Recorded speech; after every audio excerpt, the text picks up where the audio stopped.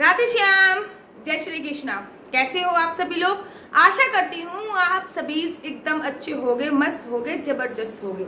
आज मैं जिस शख्स के बारे में बात करने जा रही हूँ ना, वो किसी पहचान की मोहताज नहीं है। वो मोहतरमा वो है जब मुलायम सिंह यादव ने एक विवादित बयान दिया था कि लड़कों से छेड़छाड़ हो ही जाती है, लड़के छेड़छाड़ कर ही देते हैं, तब उन्होंने मौन धारण कर लिया था।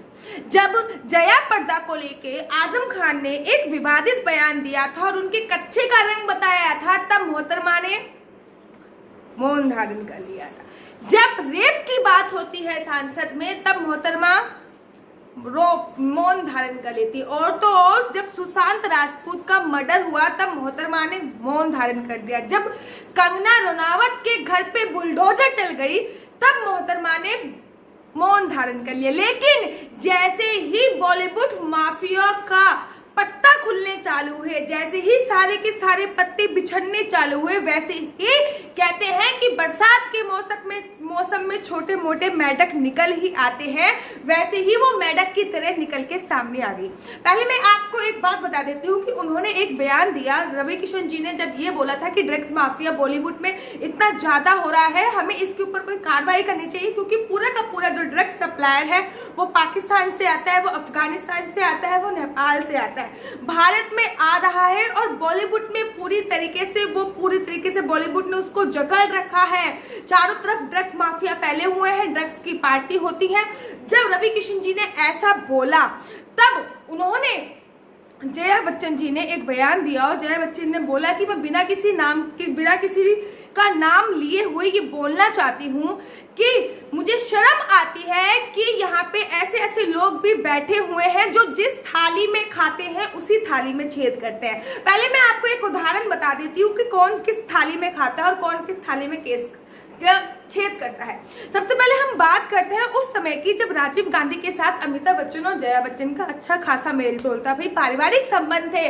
और उसके बाद एक बार की बात है कि राजीव गांधी एक मामले में फंस गए और उस मामले में जया बच्चन और बच्चन परिवार का भी नाम आ रहा था, और तब बच्चन परिवार ने उनको लात मार दी। और फिर नौबत आई कुछ समय के तत्पश्चात, जब उनका जलसा बिकने की कगार पे था, जब बच्चन परिवार दिवालिया हो चुका था, तब उन्होंने अमर सिंह का साथ पकड़ा। और जब अमर सिंह का साथ पकड़ा और जब अमर सिंह का साथ के सहारे एक प्रतिष्ठित पद हासिल कर लिया, सांसद बन गई। और उसके बाद जब वो अमेरिका गई, अमर सिंह जी ने ये बोला था कि जब एक बार की बात है कि जया बच्चन जी के साथ गोलस्को में एक वो कार्यक्रम में भाग लेने के लिए जया बच्चन जी के साथ गए थे, तो जया बच्चन जी ने गो मांस का ऑर्डर दिया था, अर्थात गाय के मांस का ऑर्डर दिया।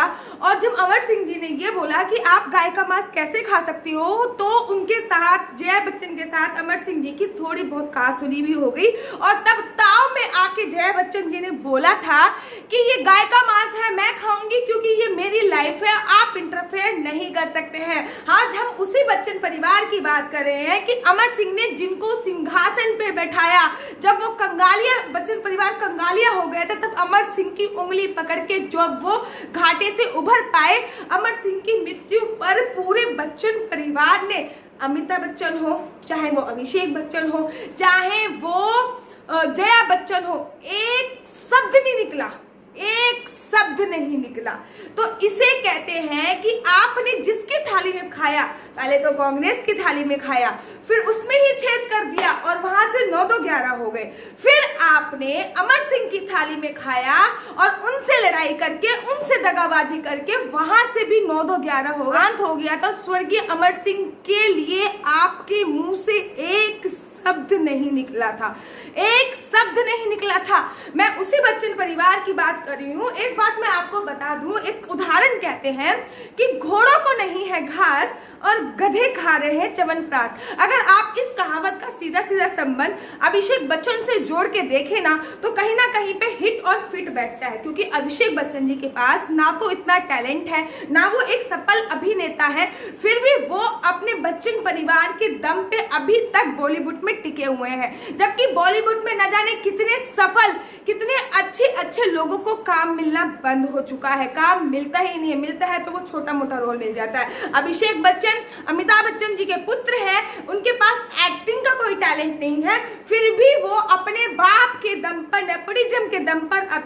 बॉलीवुड में टिके हुए हैं। और आज तक मुझे एक बात बॉलीवुड की कभी समझ में नहीं आई, वो बात यह है कि आखिर बॉलीवुड ने हिंदुस्तान को क्या दिया है। हिंदुस्तान ने बॉलीवुड को बहुत सारा दिया है, बहुत सब कुछ दिया है, मान दिया है, प्रतिष्ठा दिया है, पैसे दिए हैं बॉलीवुड के कलाकारों को, लेकिन हिंदुस्तान की सभ्यता को लेकर, हिंदुस्तान के लिए आज तक बॉलीवुड ने क्या किया है, एक पूरा उदाहरण मैं आप लोगों के लिए लेके आई हूँ। कृपया ध्यान से सुनिए कि आज तक बॉलीवुड ने हिंदुस्तान के लिए क्या क्या किया है और क्या क्या नहीं किया। नंबर 1 बात, सबसे पहले बॉलीवुड ने हिंदुस्तान को दिया है और ये बताया है कि बलात्कार क्या होता है, गैंग रेप कैसे किया जाता है। ये बॉलीवुड से हिंदुस्तान में बताया गया कि आखिर तरीका क्या होता है गैंग रेप करने का, कि बलात्कार कैसे किया जा सकता है। और शादी से पहले लिव इन रिलेशनशिप जिसे बॉलीवुड बोलता है, शादी से पहले एक लड़का एक लड़की साथ कैसे रह सकते हैं, ये हमें बॉलीवुड ने सिखाया है। विवाह के दौरान लड़की को मंडप से कैसे भगाना है, ये हमें बॉलीवुड ने सिखाया है। अरे चोरी कैसे करनी है, डकैती कैसे करनी है, ये हमें बॉलीवुड ने सिखाया है। हमेशा भारतीय संस्कृति का उपहास करना बॉलीवुड ने सिखाया है। और यहाँ तक कि मेरे को अभी भी याद है कि अमिताभ बच्चन की एक पिक्चर थी, आपको अगर नाम पता हो तो मुझे बताइएगा, कमेंट में लिखिएगा, मुझे नाम याद नहीं आ रहा। उसमें वो प्रॉपर नास्तिक थे, अमिताभ बच्चन जी प्रॉपर उस पिक्चर में नास्तिक थे, लेकिन एक 786 का एक बिल्ला था जो हर बार उनकी जान बचाता था। 786 का जो बिल्ला था वो हर बार उनकी जान बचाता था, वैसे वो नास्तिक थे। बॉलीवुड ने आज तक कुछ नहीं दिया है, हमारी भारतीय संस्कृति का मजाक बनाया है, यज्ञोपवीत संस्कार का मजाक बनाया है, यहाँ तक कि हमारा खान पीन हर चीज का भारतीय संस्कृति का मजाक बनाया है, गुरुकुल का मजाक बनाया है, बच्चों को बोर्डिंग स्कूल भेजने की प्राथमिकता दी है, पंडितों का मजाक बनाया गया है। ये आज तक पूरी चोरी चकेती बॉलीवुड ने दी है। इनकी बहुत लंबी लिस्ट है जो मैं लेके आई हूँ कि आज तक इन्होंने क्या दिया है। चरस इन्होंने पीना सिखाया है, सिगरेट गांजा कैसे फूके इन्होंने बताया है, कि लड़कियों को कैसे कपड़े पहनने चाहिए और कैसे नहीं पहनने चाहिए इन्होंने बताया। भगवान का मजाक, भगवान को अपमानित इन्होंने किया। अभी भी मैं कुछ दिन पहले एक वेब सीरीज देख रही थी आश्रम करके, तब भी मुझे दिखा कि मैं ये नहीं कह रही कि आप उस पे वेब सीरीज मत बनाओ, अगर हमारे साधु संत गलत करते हैं तो आपकी पूरी रिस्पॉन्सिबिलिटी है कि आप उन पर फिल्म बनाओ। लेकिन आज तक मैंने एक वेब सीरीज ऐसी नहीं देखी जिसपे किसी मौलवी के ऊपर पिक्चर बनी हो। आज तक मैंने कोई वेब सीरीज ऐसी नहीं देखी कि मस्जिद में रेप हुआ हो। क्यों मंदिर और आश्रम के ही रेप की वेब सीरीज बनती है? क्या कभी मंदिर और मस्जिद में रेप नहीं हुआ? कठुआ कांड कितना अमर था, कठुआ कांड के पीछे कितना हाहाकार हुआ, आखिर उसकी सच्चाई के पीछे कभी इन्होंने वेब सीरीज बनाने की कोशिश करी? केवल हिंदुओं के मंदिरों को बदनाम कर दिया है, हिंदुओं के देवी देवताओं को बदनाम कर दिया है। चरस गांजे की दुकान हो चुकी है बॉलीवुड। न जाने ऐसे कितने सारे लोगों को हम अपना आदर्श मानते हैं जो चरस और गांजे को बढ़ावा दे रहे हैं। मैं भी बचपन से अमिताभ बच्चन जी की पिक्चर देख के ही बड़ी हुई हूँ, मैं भी उनको अपना आदर्श मानती थी। उनके पिताजी हरिवंश राय बच्चन जी की कविताएं पढ़ पढ़ के मैंने अपना बचपन गुजारा है कि लहरों से डरकर नौका पार नहीं होती और कोशिश करने वालों की कभी हार नहीं होती। लेकिन उनके पिताजी की कही हुई बात शायद आज वही बोल रहे हैं कि अगर आप अधर्म का साथ दे रहे हैं, अगर आप अधर्मियों का साथ दे रहे हैं तो आपसे बड़ा अधर्म भी कोई नहीं है। आप वैसे तो बहुत लंबे लंबे लेख लिख देते हैं अमिताभ बच्चन जी कि जब बुरखे वाली बात आती है कि महिलाओं को अपनी आजादी के लिए ये करना चाहिए, वो करना चाहिए, इस पे इंटरफेयर नहीं करना चाहिए, लेकिन एक लड़की का सरेआम बुलडोजर चला दी गई, आपने कुछ नहीं बोला। एक बेटा बिहार से आके यहाँ पर सेटल हुआ और आपके बेटे से ज्यादा सक्सेस उसने कैसे पाली? उसने फांसी का फंदा लगा लिया और आपकी ट्विटर की एक कलम तक नहीं बोली। मुझे शर्म आती है आज ये बोलने में। मैं कभी आप लोगों को अपना आदर्श मानती थी, मैं आपसे सीखती थी कि आपकी भाषा शैली इतनी अच्छी है, लेकिन मुझे क्या पता था कि भाषा शैली के पीछे, इस नायक के पीछे एक महाखलनायक, महाधूर्त इंसान छुपा हुआ है। इस मतलब मेरे को समझ नहीं आ रहा कि रवि किशन जी ने कुछ बोला, वैसे ही जया बच्चन जी को हुआ क्या?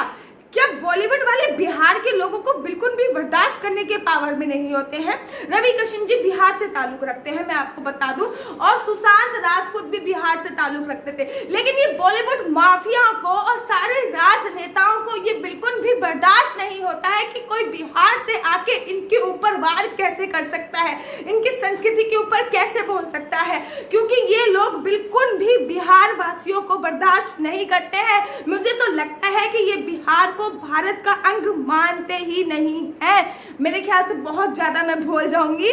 तो राधे राधे, जय श्री कृष्णा, वंदे मातरम। आप सभी से एक निवेदन है कि आप सभी बॉलीवुड का केवल और केवल बहिष्कार कीजिए।